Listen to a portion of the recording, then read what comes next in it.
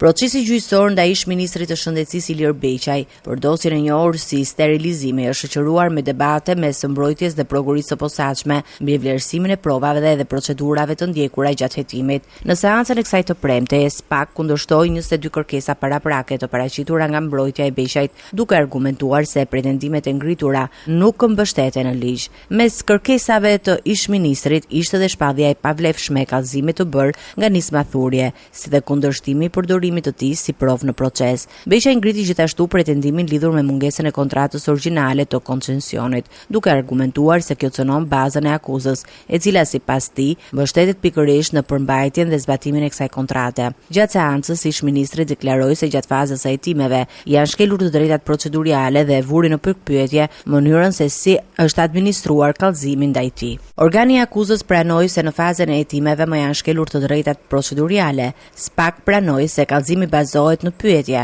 Ka kallëzim e pyetje? Prandaj duhet të refuzoj.